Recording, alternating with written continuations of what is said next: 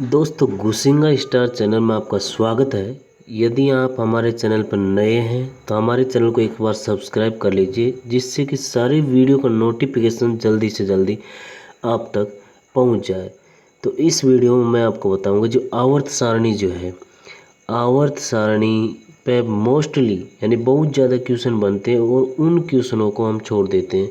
तो आवर्त सारणी को मैं एक शॉर्ट ट्रिक के माध्यम से यानी बिल्कुल ही शॉर्ट ट्रिक के माध्यम से आपको याद करवाऊंगा, जिससे आप कभी भी नहीं भूल सकेंगे। तो ये आवर्त सारणी आपको दिखाई दे रही है। तो दोस्तों सबसे पहले आपको बता देता हूँ आवर्त क्या है और वर्ग क्या है। आवर्त क्या है और वर्ग क्या है। तो दोस्तों ये खड़ी लाइनें जो है, ये खड़ी लाइनों को हम कहते हैं वर्ग। क्या कहते हैं? इन खड़ी लाइनों को हम वर्ग कहते हैं। और दोस्तों ये आडी लाइन जो है, इन आडी लाइन यानी हॉरिजॉन्टल लाइन यानी तिरछी लाइन, जिसे हम कहते हैं आवर्त, जिसे हम कहते हैं आवर्त। खड़ी लाइन को तो हम वर्ग कहते हैं और जो तिरछी लाइन जो है, तिरछी लाइनों को हम आवर्त कहते हैं। तो दोस्तों अब हम इसमें देखेंगे कि जो आवर्त सारणी जो है, आवर्त सारणी में कितने आवर्त होते हैं। तो दोस्तों सबसे पहले जो आवर्त सारणी की खोज की थी वो की थी मेंडलीफ ने। किसने की थी? मेंडलीफ ने खोज की थी। मेंडलीफ की जो आवर्त सारणी थी उसमें 9 वर्ग थे, 9 वर्ग थे और 18 आवर्त थे। 9 आवर्त और 18 वर्ग थे, 9 आवर्त और 18 वर्ग थे। तो सबसे पहले मैं आपको बता देता हूँ जो ये आधुनिक आवर्त सारणी है, आधुनिक आवर्त सारणी खोज की थी मोसले ने। किसने की थी दोस्तों? आधुनिक आवर्त सारणी की खोज किसने की?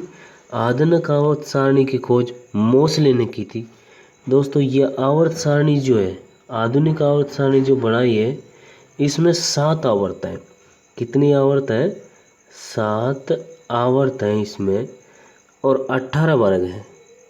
7 आवर्त हैं तो 18 वर्ग हैं। कई बार दोस्तों क्वेश्चन पूछ लिया जाता है कि आवर्त सारणी में कितने आवर्त और कितने वर्ग हैं। तो 7 इसमें आवर्त हैं और 18 इसमें वर्ग हैं। आधुनिक आवर्त सारणी की खोज किसने की? तो दोस्तों आधुनिक आवर्त सारणी जो है उसकी खोज की थी मोसले ने। किसने की? उसकी खोज मोसले ने की थी। अब देखो इसमें जो फर्स्ट और सेकंड वर्ग का जो तत्व है, फर्स्ट और सेकंड वर्ग का जो तत्व है उसको इसने एस ब्लॉक के तत्व में रखा है। यानी ये जो आपको दिख रहे हैं पहला और दूसरा वर्ग जो है किस में रखा गया है दोस्तों? एस ब्लॉक के तत्व यानी एस ब्लॉक में किसे रखा गया है? फर्स्ट और सेकंड वर्ग को एस ब्लॉक में रखा गया है। अब हमारा जो आता है तीसरा, 3 से लेके 13 तक जो है, 3 से यानी वर्ग है, वर्ग 3 से लेके 13 तक के जो भी तत्व है उसको डी ब्लॉक के तत्व में रखा गया। किसके तत्व में रखा गया? डी ब्लॉक के तत्व में रखा गया। डी ब्लॉक के तत्व में किन तत्वों को रखा गया? तो 3 वर्ग 3 से 13 तक के जो तत्व है उनको डी ब्लॉक में रखा गया है। अब आगे देखो दोस्तों, 13 के बाद में जो वर्ग आता है 14 से लेके 17 तक, 14 से लेके 18 तक, 14 से लेके 18 जब तक जो तत्व हैं उसको पी ब्लॉक के तत्व में रखा गया है। यानी पी ब्लॉक के तत्व, पी ब्लॉक में कौन सा वर्ग रखा गया है? तो दोस्तों पी ब्लॉक में 14 से लेके 18 तक, पी ब्लॉक में 14 से लेके 18 के वर्ग जो है उसे हमें पी ब्लॉक में रखा गया। किसने रखा? मोसले ने रखा। और दोस्तों जो एफ ब्लॉक का जो तत्व है, एफ ब्लॉक का जो तत्व आता है, एफ ब्लॉक में 2 श्रेणी आती है, 58 से लेके 71 तक।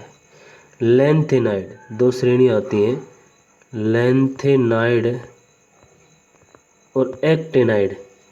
लेंथेनाइड और एक्टेनाइड 2 श्रेणियों में रखा गया है। किसको रखा गया है? एफ ब्लॉक के तत्वों को लेंथेनाइड और एक्टेनाइड 2 श्रेणियों में बांटा गया है। तो दोस्तों हमने देखा कि वर्ग क्या है, आवर्त क्या है, वर्ग कितने हैं, आवर्त कितने हैं। अब हम देखेंगे कि वर्ग यानी जो पहला वर्ग जो था हमारा, पहला वर्ग में जो भी तत्व थे उसको हम ट्रिक की सहायता से याद करेंगे। तो पहला वर्ग में जो तत्व है यानी ये आपको दिख रहे हैं, ये पहला वर्ग के तत्व है सारे। ये पहला वर्ग के तत्व है, यानी helium, lithium, sodium, potassium, rubidium, caesium और फ्रेंशियम। ये सब कौन से वर्ग के तत्व हैं? ये पहला वर्ग के तत्व हैं। तो दोस्तों इसको हमने याद किया, यानी ली, ना, की, आरबी से बन गया रबड़ी, सी एस से बन गया सस्ती, एफ आर से बन गया फ्री। हलीना की रबड़ी सस्ती फ्री, हलीना की रबड़ी सस्ती फ्री प्रथम वर्ग के तत्वों को हम इसे याद कर लेंगे। हलीना की रबड़ी सस्ती फ्री। एच से बन गया हमारा हाइड्रोजन, एच से बन गया हाइड्रोजन, एल आई से बन गया lithium, sodium, potassium, rubidium, caesium, francium. ये सारे जो हैं ये प्रथम वर्ग के तत्व हैं। तो दोस्तों प्रथम वर्ग का प्रथम तत्व कौन सा है? प्रथम वर्ग का प्रथम तत्व कौन सा? तो प्रथम वर्ग का प्रथम तत्व है हाइड्रोजन, जो क्या है? हाइड्रोजन गैस है। हाइड्रोजन गैस है, प्रथम वर्ग का प्रथम तत्व है, हाइड्रोजन गैस है। लिथियम, सोडियम, पोटेशियम तीनों क्या है? तीनों धातु हैं। लिथियम, सोडियम, पोटेशियम तीनों धातु है। तो दोस्तों ये तीनों धातु ऐसी हैं जिनको चाकू की सहायता से काटा जा सकता है। तो वे धातु जिन्हें चाकू की सहायता से काटा जा सकता है कौन सी है? लिथियम है, सोडियम है और पोटेशियम है। इसको क्या कहा जाता है? इसको दोस्तों मृदु धातु कहते हैं। इनको क्या कहा जाता है? इनको मृदु धातु कहा जाता है। अब देखो सोडियम जो है, सोडियम को हम केरोसिन में रखते हैं। सोडियम को केरोसिन में क्यों रखते हैं? क्योंकि सोडियम क्या है कि ऑक्सीजन से क्रिया करके जलने लगता है, इसलिए सोडियम को किस में रखते हैं? सोडियम को केरोसिन में रखा जाता है। और जो लिथियम जो है, लिथियम किस में रखते हैं? लिथियम को मोम में रखा जाता है। दो तत्व हैं, इसके अलावा दो तत्व हमारे पास हैं, पोटेशियम और सल्फर। इसको हम एलाइसिन तत्व बोलते हैं। एलाइसिन तत्व कौन से? पोटेशियम और सल्फर है। पोटेशियम और सल्फर यानी एलाइसिन तत्व। एलाइसिन तत्व कौन कौन से हैं? क्वेश्चन हमारा बनता है दोस्तों, एलाइसिन तत्व कौन कौन से हैं? तो दोस्तों एलाइसिन तत्व है पोटेशियम और सल्फर, दोनों एलाइसिन तत्व हैं। अब इसके अलावा जो क्वेश्चंस पूछे जाते हैं, सर्वाधिक क्रियाशील धातु कौन सी है? सर्वाधिक क्रियाशील धातु कौन सी है? तो दोस्तों पोटेशियम जो है, पोटेशियम सर्वाधिक क्रियाशील धातु है। इसके अलावा अगला क्वेश्चन हमारा बनता है, सबसे हल्की धातु कौन सी है? सबसे हल्का तत्व, सबसे हल्का तत्व कौन सा है? लिथियम। कौन सी धातु है सबसे हल्की? धातु पूछा सॉरी, सबसे हल्की धातु है लिथियम। सबसे हल्की धातु कौन सी है? लिथियम। वह तत्व जो द्रवावस्था में पाया जाता है क्या कहलाता है? वह तत्व जो द्रवावस्था में पाया जाता है कौन सा तत्व है? गैलियम है। वह तत्व जो द्रवावस्था में पाया जाता है कौन सा तत्व है? गैलियम तत्व है। लिथियम सबसे हल्की धातु होगी। मानव द्वारा सर्वप्रथम खोजी गई धातु, मानव द्वारा सर्वप्रथम खोजी गई धातु कौन सी थी? तो दोस्तों वो थी कॉपर। वो कौन सी थी? वो कॉपर थी। मानव द्वारा सबसे पहले खोजी गई धातु कॉपर है। अगला क्वेश्चन हमारा इसमें बनता है, रेडियो सक्रिय तत्व, रेडियो सक्रिय धातु तत्व कौन सा है? दोस्तों फ्रेंशियम जो है, यानी Fr जो है रेडियो सक्रिय धातु तत्व है। अगला क्वेश्चन इसमें बनता है हमारा, सीजियम का परमाणु आकार सबसे बड़ा होता है, यानी कि वह कौन सा तत्व है जिसका परमाणु आकार सबसे बड़ा होता है? तो दोस्तों वो है सीजियम। वो कौन सा है? सीजियम है जिसका परमाणु आकार सबसे बड़ा होता है। अगला क्वेश्चन हमारा बनता है, अजनबी गैस कौन सी है? तो दोस्तों अजनबी गैस है जीनोन। अजनबी गैस किसे कहा जाता है? अजनबी गैस जीनोन को कहा जाता है। अगला क्वेश्चन इसमें बन रहा है, सीजियम का परमाणु आकार सबसे बड़ा होता है, आयनन विभव क्या होता है? सबसे कम होता है। वह कौन सा तत्व जिसका आयनन विभव सबसे कम होता है? तो दोस्तों वो है सीजियम। वो है सीजियम। यानी वह कौन सा तत्व जिसमें का आयनन विभव सबसे कम होता है? सीजियम। वह कौन सा तत्व जिसका परमाणु आकार सबसे बड़ा होता है? सीजियम है दोस्तों।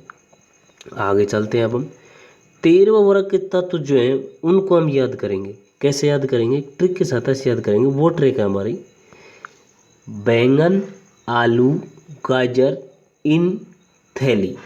बैंगन, आलू, गाजर, इन, थैली, ये 13 वर्ग में इन तत्वों को रखा गया है। बैंगन बी यानी beryllium boron B, aluminium, germanium, zirconium, indium, thallium. Boron, aluminium, gallium, indium और थैलियम, यानी बैंगन, आलू, गाजर, थैली। तो इनसे बनता है बोरान, एल्युमिनियम, गैलियम, इंडियम और टाइटेनियम। टाइटेनियम इससे मतलब ये 13 वर्ग के तत्व हमने याद किए। आगे जो आता है 14 वर्ग के तत्व जो है, तो दोस्तों 14 वर्ग के तत्वों को हम भी ट्रिक की सहायता से याद करेंगे। 14 वर्ग के तत्वों को हम याद करेंगे। काशी गए संत प्रभु, काशी गए संत प्रभु, काशी गए संत प्रभु। कार्बन, ऐसा ऐसे बन गया सिलिकॉन, जी से बन गया जर्मेनियम, एसएन से बन गया, एसएन से बन गया स्नेडियम, एसएन, पीबी से बन गया लेड, पीबी से बन गया लेड। काशी गए संत प्रभु, 14 वर्ग का तत्व को हमने याद कर लिया। कार्बन, सिलिकॉन, जर्मेनियम और स्ट्रांसियम और लेड, ये हमारा 14 वर्ग के तत्व है। इसके अलावा हम याद करेंगे जो 15 वर्ग में तत्व आते हैं वो कौन कौन से हैं। तो दोस्तों हम 15 वर्ग के तत्व भी याद करेंगे। 15 वर्ग का तत्व है नेपाल, पाकिस्तान, ऑस्ट्रेलिया, सभी भाई। 15वां वर्ग कहता है कि नेपाल चले जाओ, पाकिस्तान, ऑस्ट्रेलिया, सभी भाई। नेपाल, पाकिस्तान, ऑस्ट्रेलिया, सभी भाई। नेपाल एन से बन गया नाइट्रोजन, पी से फास्फोरस बन गया, ए से आर्सेनिक बन गया, एस बी और बी आई यानी एंटीमनी से बन गया, अरबी स्मिथ बी आई से बन गया। तो दोस्तों नाइट्रोजन जो है जिसमें 46% नाइट्रोजन पाई जाती है, जो खाद बनाया जाता है, जो खाद आता है यानी यूरिया जो खाद आता है उसमें 46% नाइट्रोजन पाई जाती है। कितनी पाई जाती है दोस्तों? उसमें 46% नाइट्रोजन पाई जाती है और फास्फोरस भी मिलावट आता है उसमें। तो दोस्तों ये 15 वर्ग का तत्व भी हमने याद कर लिया। उसके बाद में अब हम देखेंगे 16वां वर्ग का तत्व। तो दोस्तों 16वें वर्ग के तत्व को चैल्कोजेंस कहा जाता है। 16वें वर्ग के तत्वों को कई बार एग्जाम में पूछा गया है कि 16वें वर्ग के तत्वों को क्या कहा जाता है। तो दोस्तों 16वें वर्ग के तत्वों को चैल्कोजेंस कहा जाता है। क्या कहा जाता है? चैल्कोजेंस कहा जाता है। इसमें एक क्वेश्चन बनता है, सर्वाधिक यानी वह कौन सा तत्व है जिसके सर्वाधिक समस्थानिक है, यानी सबसे ज़्यादा समस्थानिक वाला तत्व कौन सा है? तो दोस्तों सबसे ज़्यादा समस्थानिक वाला तत्व है पोलोनियम। सबसे ज़्यादा समस्थानिक तत्व है वह कौन सा तत्व है जिसमें सर्वाधिक समस्थानिक है? तो वो तत्व हमारा पोलोनियम यानी पीओ। जिसके समस्थानिक कितने हैं? तो दोस्तों इसके समस्थानिक 27। पोलोनियम के जो समस्थानिक कितने हैं? 27 है। 16वें वर्ग के तत्व को क्या कहा जाता है? तो दोस्तों 16वें वर्ग के तत्व को चैल्कोजेंस कहा जाता है, चैल्कोजेंस। अब हम याद करेंगे 17वें वर्ग का तत्व। तो दोस्तों 17वें वर्ग के तत्वों को हेलोजन तत्व कहा जाता है। 17वें वर्ग के तत्व को क्या कहा जाता है? दोस्तों 17वें वर्ग के तत्वों को हेलोजन वर्ग के तत्व कहा जाता है। इसको हम याद करेंगे 16 वर्ग में कौन कौन से तत्व आते हैं। 16 वर्ग में तत्व आते हैं ब्रोमीन, क्लोरीन, आयोडीन, फिर कलभार आंटी, फिर कल बाहर आई आंटी, फिर कल बाहर आई आंटी। ये 17 वर्ग के तत्व हैं। 17 वर्ग के तत्व को कैसे याद करेंगे? फिर कल बाहर आई आंटी, फिर कल बाहर आई आंटी। तो दोस्तों एपार से बन गया फ्रेंसियम, फ्लोरीन, फ्लोरीन, एफ से बन गया फ्लोरीन, क्लोरीन, ब्रोमीन, आयोडीन और अट्रेस्टिव। फ्लोरीन, क्लोरीन, ब्रोमीन, आयोडीन और अट्रेस्टिव, ये शत्रु वर्ग के तत्व हैं। दोस्तों हमारा एक रह गया था 16 वर्ग के तत्वों को हमने चैल्कोजेंस कह दिया, और 15 वर्ग के तत्वों क्या कहा जाता है दोस्तों? 15 वर्ग के तत्वों को निकोजेंस कहा जाता है। 15 वर्ग के तत्वों को क्या कहा जाता है? तो दोस्तों 15 वर्ग के तत्व जो हैं उसको हम निकोजेंस कहते हैं। 15 कई बार किस एग्जाम में पूछा गया है कि वह कौन सा तत्व, कौन सा वर्ग का तत्व है जिसको निकोजेंस कहा जाता है? तो वह है हमारा 15वां वर्ग। 15वां वर्ग के तत्व को निकोजेंस कहा जाता है। अब देखो जो ये तत्व जो है 15 वर्ग का तत्व है, इसका उपयोग कहाँ किया जाता है? तो दोस्तों 15 वर्ग के तत्वों का उपयोग उर्वरक बनाने में किया जाता है। कहाँ किया जाता है? उर्वरक बनाने में किया जाता है। इसके अलावा जो मेन इंपॉर्टेंट क्वेश्चन बनते हैं वो है वह कौन सी अधातु है? कौन सी अधातु है जो द्रव अवस्था में पाई जाती है? वह कौन सी अधातु है जो द्रव अवस्था में पाई जाती है? तो दोस्तों वो है ब्रोमीन। कौन सी अधातु, किसकी बात की है? कौन सी अधातु है जो द्रव अवस्था में पाई जाती है? ब्रोमीन है। कौन सी है? ब्रोमीन है। कौन सी धातु है? ब्रोमीन है जो द्रव अवस्था में पाई जाती है, अधातु है। अगला क्वेश्चन, प्रकृति के अंदर सर्वाधिक मात्रा में पाए जाने वाला उपधातु, प्रकृति के अंदर सर्वाधिक मात्रा में पाए जाने वाला उपधातु कौन सा है? तो दोस्तों प्रकृति के अंदर सर्वाधिक मात्रा में पाया जाने वाला उपधातु है अट्रेस्टिव। क्या है दोस्तों? अट्रेस्टिव है। प्रकृति के अंदर सर्वाधिक मात्रा में पाए जाने वाला उपधातु कौन सा है? तो उपधातु है अट्रेस्टिव। और वह कौन सी धातु है जो अशुद्ध पाया जाता है, जिसमें अशुद्धि मिलाई जाती है? वो है आर्सेनिक। कौन सा है? आर्सेनिक है। उसके बाद में आगे हम बात करते हैं सिलिकॉन। सिलिकॉन क्या है, इसका उपयोग कहाँ किया जाता है? तो दोस्तों कंप्यूटर की चिप और सौर सेल बनाने में किसका उपयोग करते हैं? कंप्यूटर की चिप और सौर सेल बनाने में सिलिकॉन का उपयोग किया जाता है। वह कौन सा तत्व है जो तापमान सहन क्षमता, जिसकी ताप सहन क्षमता सबसे अधिक होती है? किसकी होती है? सिलिकॉन की होती है।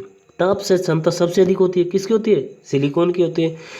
काला कलर मिट्टी का बना होता है। जो सिलिकॉन का रंग कैसा होता है?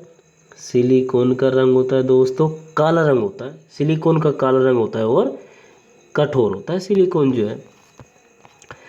अब हम देखते हैं दोस्तों, हमने आवर्त सारणी को 4 भागों में बांटा था। आवर्त सारणी को कितने भागों में बांटा है? 4 भागों में बांटा है। S, P, D, F. S के अंदर 2 वर्ग हैं, फर्स्ट सेकंड। पी के अंदर 3 से 13 है। और डी हमारा संक्रमण तत्व है। डी हमारा डी में 3 से 13 है, और पी में हमारा जो है 14 से 18 वर्ग के तत्व जो आते हैं वो पी के अंदर आते हैं। और एफ जो है, एफ के अंतर्गत हमने 2 श्रेणियाँ बांटी हैं, एक तो लैंथेनाइड श्रेणी और एक्टिनाइड श्रेणी। दोनों श्रेणी हमने एफ के अंदर बांटी गई हैं। तो दोस्तों कई बार ये भी पूछ लिया जाता है कि कौन सी आवर्त में कितने तत्व होते हैं? दोस्तों फर्स्ट आवर्त है, जैसे फर्स्ट आवर्त में 2 तत्व हैं। फर्स्ट आवर्त में कितने तत्व हैं? 2 तत्व हैं। सेकंड में कितने हैं? 8 हैं। थर्ड में कितने हैं? 8 हैं। फोर्थ में 18, फिफ्थ में 18, सिक्स्थ में 32, और जो अन्य शेष तत्व हैं वो 7वें आवर्त में पाए जाते हैं। क्योंकि आवर्त कितने होते हैं? आवर्त होते हैं 7। 2, 8, 8, 18, 18, 32, 32 याद कर लीजिए। 2, 8, 8, 18, 18, 32, 32, 2, 8, 8, 18, 18, 32, 32, 2, 8, 8, 18, 18, 32, 32।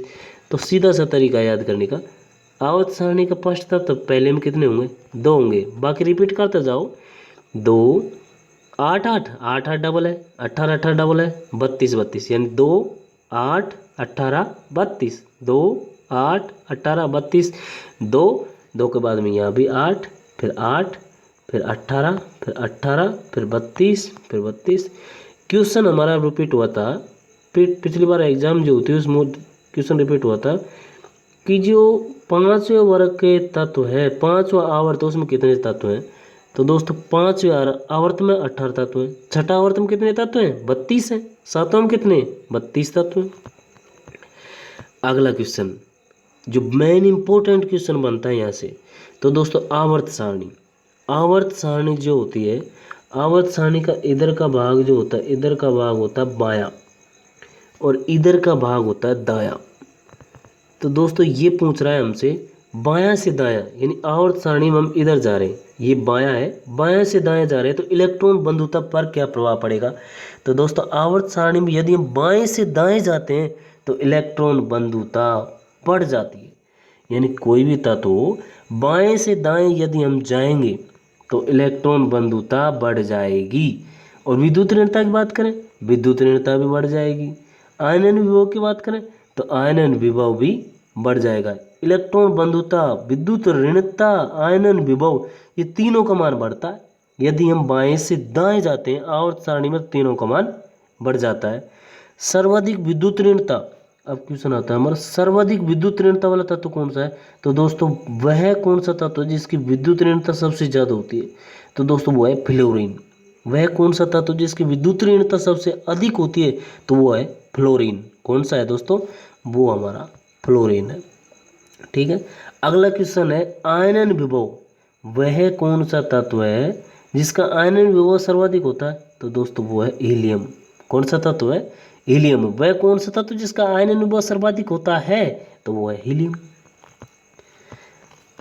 अगला जो क्वेश्चन आया हमारा, वो तो पहले पहले तो हम बाएं से दाएं जा रहे थे आवर्त सारणी में, अब वर्ग में ऊपर से नीचे जा रहे हैं। तो दोस्तों मैंने आपको बताया था ये खड़ी लाइनें जो होती हैं, इन खड़ी लाइनों को हम बोलते हैं वर्ग, और जो आड़ी लाइनें जो होती हैं, जो तिरछी लाइन, उसको बोलते हैं हम आवर्त। तो ये वर्ग में ऊपर से नीचे आ रहे हैं, ऐसे ऊपर से नीचे आ रहे हैं। तो दोस्तों वर्ग में ऊपर से यदि नीचे जाएंगे हम, ऊपर से नीचे जाएंगे तो परमाणु आकार बढ़ेगा, क्योंकि hydrogen H, helium He, hydrogen H, helium He, यानी यहाँ पे 1 है, यहाँ पे 2 है, तो परमाणु आकार तो बढ़ेगा। परमाणु आकार बढ़ेगा तो परमाणु त्रिज्या बढ़ेगी, परमाणु आकार बढ़ेगा तो परमाणु त्रिज्या भी बढ़ेगी, और धात्विक गुण भी बढ़ेगा, धात्विक गुण भी बढ़ेगा। अगला जो मेन इंपॉर्टेंट क्वेश्चन बन रहा है, इसमें जंग रोधी धातु कौन सी है। तो दोस्तों क्वेश्चन बनते हैं हमारे, जंग रोधी धातु कौन सी है। तो दोस्तों प्लेटिनम की कभी जंग नहीं लगती, सोना की जंग नहीं लगती। प्लेटिनम और सोना दो धातु हैं, प्लेटिनम और सोना, जिसमें कभी जंग नहीं लगती। कई बार एक क्वेश्चन पूछ लिया जाता है, सफ़ेद सोना किसे कहा जाता है। तो दोस्तों सफ़ेद सोना, प्लेटिनम को सफ़ेद सोना कहा जाता है। टंगस्टन का जो टेम्परेचर है, तापमान कितना होता है। तो दोस्तों टंगस्टन का तापमान 3500 डिग्री सेंटीग्रेड होता है। अब आगे बात करते हैं हम, तरंग दैर्ध्य, आवर्ती, ऊर्जा, भेदन क्षमता, इसमें क्या संबंध है। तो दोस्तों तरंग दैर्ध्य जो है, तरंग दैर्ध्य यदि जो किरण जो होती है उसकी भेदन क्षमता बढ़ा दी जाए तो तरंग दैर्ध्य घटेगी, भेदन क्षमता बढ़ा दी जाए तो तरंग दैर्ध्य घटेगी। क्यों घटेगी, क्योंकि ये एक दूसरे के क्या है, व्युत्क्रमानुपाती है, इसलिए आवर्ती बढ़ेगी तो भी हमारा तरंग दैर्ध्य घट जाएगा, ऊर्जा बढ़ेगी तो भी तरंग दैर्ध्य घट जाएगा। अर्थात तरंग दैर्ध्य का मान कम होगा तो आवर्ती बढ़ जाएगी, तरंग दैर्ध्य कम होगा तो ऊर्जा बढ़ जाएगी, भेदन क्षमता बढ़ जाएगी। तो सब सर्वाधिक भेदन क्षमता गामा किरणों की होती है। तो दोस्तों सर्वाधिक भेदन क्षमता किसकी होती है, सर्वाधिक भेदन क्षमता गामा किरणों की होती है। अब आवर्त सारणी का हमने अध्ययन कर लिया, उसके बाद में इसके जो भी इम्पोर्टेंट क्वेश्चन बनते हैं उसको हम ऑब्जेक्टिव टाइप में देखेंगे। तो दोस्तों पहला क्वेश्चन है, सबसे पहले खोजा गया मानव निर्मित तत्व। तो दोस्तों सबसे पहले खोजा गया मानव निर्मित तत्व था टेक्नीशियम। कौन सा तत्व था, टेक्नीशियम। सबसे पहले खोजा गया मानव निर्मित तत्व कौन सा है, तो दोस्तों वो है टेक्नीशियम। कौन सा है, टेक्नीशियम है। सबसे पहले खोजा गया प्राकृतिक तत्व, ये तो हमारा मानव निर्मित तत्व था टेक्नीशियम। तो अब बात करें प्राकृतिक तत्व, तो दोस्तों प्राकृतिक तत्व था हाइड्रोजन। कौन सा था, हाइड्रोजन था। इसकी खोज किसने की, तो दोस्तों इसकी खोज की तो हेनरी कैवेंडिश। किसने खोज की थी, हेनरी कैवेंडिश ने इसकी खोज की थी। अगला क्वेश्चन है, हाइड्रोजन को ज्वलनशील वायु किसने कहा। तो दोस्तों लेवाइसियर एक साइंटिस्ट था, उसने हाइड्रोजन को ज्वलनशील वायु कहा। हाइड्रोजन को ज्वलनशील वायु किसने कहा? तो दोस्तों लेवाइसियर ने कहा था। किसने कहा? लेवाइसियर ने कहा था। रसायन विज्ञान का जन्मदाता किसे माना जाता है? रसायन विज्ञान का जन्मदाता लेवाइसियर को माना जाता है। किसे माना जाता है दोस्तों? लेवाइसियर का माना जाता है। और भारतीय रसायन विज्ञान का जन्मदाता, ये तो रसायन विज्ञान का जन्मदाता है लेवाइसियर। लेवाइसियर रसायन विज्ञान का जन्मदाता है। दोस्तों यदि भारतीय की पूछ लिया जाए तो भारतीय था हमारा प्रफुल्ल चंद्र रॉय। कौन था भारतीय? प्रफुल्ल चंद्र रॉय था। The nitrate man, the nitrate man के नाम से किसे जाना जाता है? तो दोस्तों प्रफुल्ल चंद्र रॉय को, प्रफुल्ल चंद्र रॉय को द नाइट्रेट मैन के नाम से जाना जाता है। क्यों जाना जाता है? क्योंकि इसने अमोनियम नाइट्रेट, मर्क्यूरस नाइट्रेट, यानी अमोनियम नाइट्रेट और मर्क्यूरस नाइट्रेट का क्या किया था? संश्लेषण किया था। अमोनियम नाइट्रेट और मर्क्यूरस नाइट्रेट का संश्लेषण किया था, इसलिए इसको द नाइट्रेट मैन कहा जाता है। अगला क्वेश्चन है, त्रिक सिद्धांत किसने दिया? तो दोस्तों ये क्वेश्चन कई बार रिपीट हो चुका है, कई बार एग्जाम में आता रहता है। त्रिक सिद्धांत किसने दिया? तो दोस्तों त्रिक सिद्धांत जो है डोव राइनर ने दिया। इसने बताया कि पहला तत्व जो अंत तीसरा तत्व से क्या रखता है? अपनी समानता रखता है, पर ये जो है ये 20 तत्व तक ही सीमित था। उसके बाद में इस 20 तत्व तक ही इसका अध्ययन सही हो पाया, 20 तत्व तक ही लागू हो पाया, उसके बाद में ये फेल हो गया। डोव राइनर का त्रिक सिद्धांत। अष्टक नियम किसने दिया? तो अष्टक नियम न्यूलैंड ने दिया। इसने बताया कि प्रत्येक तत्व हर 8वें तत्व से अपने गुणों में समानता रखता है, पर यह भी 20 तत्व तक ही लागू हो पाया, उसके बाद में ये भी फेल हो गया। आगे जो आता है, मेंडलीव की आवर्त सारणी में कितने वर्ग तथा कितने आवर्त थे? तो मेंडलीव सबसे पहले आवर्त सारणी खोज मेंडलीव ने की थी। इसने बताया कि मेरी आवर्त सारणी में 9 वर्ग और 7 आवर्त हैं। 9 वर्ग और 7 आवर्त हैं मेरी आवर्त सारणी के अंतर्गत। अगला क्वेश्चन, आधुनिक आवर्त सारणी का जनक किसे माना जाता है? तो दोस्तों ये क्वेश्चन मेन इंपॉर्टेंट क्वेश्चन है जो एग्जाम में आता रहता है। आधुनिक आवर्त सारणी का जनक मोसले को माना जाता है। किसे माना जाता है दोस्तों? मोसले को आधुनिक आवर्त सारणी का जनक माना जाता है। अगला क्वेश्चन, ये भी क्वेश्चन बहुत इंपॉर्टेंट है। मोसले की आवर्त सारणी किस पर आधारित थी? दोस्तों परमाणु क्रमांक पर। मोसले की आवर्त सारणी किस पर आधारित है? परमाणु क्रमांक पर आधारित है दोस्तों। अगला क्वेश्चन है, मेंडलीव की आवर्त सारणी किस पर आधारित थी? तो दोस्तों हमें से ध्यान रखना कि मेंडलीव की आवर्त सारणी परमाणु भार पर, यानी परमाणु द्रव्यमान पर आधारित थी। मेंडलीव की जो आवर्त सारणी थी परमाणु भार यानी परमाणु द्रव्यमान पर आधारित थी, यही इसकी सबसे बड़ी कमी थी। जो मेंडलीव की आवर्त सारणी थी इसकी सबसे बड़ी कमी यही थी, क्योंकि यह आवर्त सारणी जो थी ये परमाणु भार पर आधारित थी। अगला क्वेश्चन है, मेंडलीव द्वारा खोजे गए तत्वों की संख्या कितनी थी? तो दोस्तों मेंडलीव ने जो तत्व खोजे थे उसके तत्वों की संख्या थी 63। कितनी थी? 63। मोसले की आवर्त सारणी में आवर्त और वर्गों की संख्या कितनी है? तो मोसले की आवर्त सारणी में 7 आवर्त है। कितने आवर्त है? 7 आवर्त और 18 वर्ग हैं। 7 आवर्त और 18 वर्ग हैं। ये भी क्वेश्चन इंपॉर्टेंट है। क्षैतिज उग्र हॉरिजॉन्टल लाइनों को क्या कहा जाता है? तो दोस्तों क्षैतिज उग्र हॉरिजॉन्टल लाइनों को आवर्त कहा जाता है। क्या कहा जाता है दोस्तों? आवर्त कहा जाता है। ऊर्ध्वाधर ऊर्ध्व दोस्तों ध्यान रखना अग्र है और ये ऊर्ध्व है। ये वर्टिकल लाइन है, वर्टिकल लाइनों को वर्ग कहा जाता है और हॉरिजॉन्टल लाइनों क्या कहा जाता है? आवर्त कहा जाता है। आधुनिक आवर्त सारणी में कुल तत्वों की संख्या कितनी थी? तो दोस्तों आधुनिक आवर्त सारणी जो तत्व है उसमें 118 तत्व है टोटल 118 तत्व है, जिसमें 98 तो प्राकृतिक हैं और 20 तत्व के हैं कृत्रिम है। 20 तत्व कृत्रिम यानी मानव निर्मित तत्व हैं। 20 तत्व जो है 91 धातु तत्व, इसमें क्या है? कितने धातु तत्व हैं? इसमें 91 धातु तत्व हैं और अधातु कितनी है? 5 है। उपधातु कितनी है? 22 है। तो दोस्तों कई बार क्वेश्चन पूछ लिया जाता है, जो आवर्त सारणी जो है आधुनिक आवर्त सारणी में कितने तत्व? 118 है। धातु तत्व कितने? 91 धातु तत्व हैं। अधातु तत्व कितने? 5 है धातु हैं। और उपधातु तत्व कितने? उपधातु तत्व हैं 22।